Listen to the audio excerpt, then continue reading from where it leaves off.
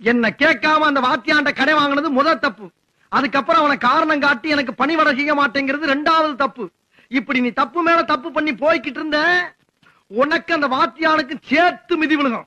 இத பாருங்க, நீங்க என்ன பத்தி என்ன வேணாலும் பேசுங்க. நமக்கு அவசரத்துக்கு கடன் கொடுத்து உதவன அந்த வாத்தியாரை பத்தி எதுவும் பேசாதீங்க. அவரு நமக்கு தெய்வம் மாதிரி. இது தெய்வமா? ஆமா. ஏண்டி, சில்லற காசு 2000 ரூபாய் கொடுத்தன உனக்கு தெய்வம்னா 10 வருஷமா உனக்கு சோறு போட்டு துணிமணி எடுத்து கொடுத்து 4 பிள்ளை பாக்கியம் கொடுத்துருக்கனே, நான் யாரு? யாரு? புறம்போக்கா? சொல்றி, பொறுக்கியா? ஏய், இந்த கிச்சிக்கால் வேலையெல்லாம் என்கிட்ட வச்சுக்கிறாத. ஒத்த கால தனியா வெட்டிப்பிடி ஒண்ணு. என்ன ஆட்டுற? 2 காலையும் வெட்டிப்பிடி வண்டி. அப்புறம் வண்டி வச்சுதான் தள்ளிட்டு போனோம். இனிமேல் அந்த வாத்தியா வீட்டு பக்கம் போன கண்ணம்மா பட்ட ஞாபகம் இருக்குல்ல?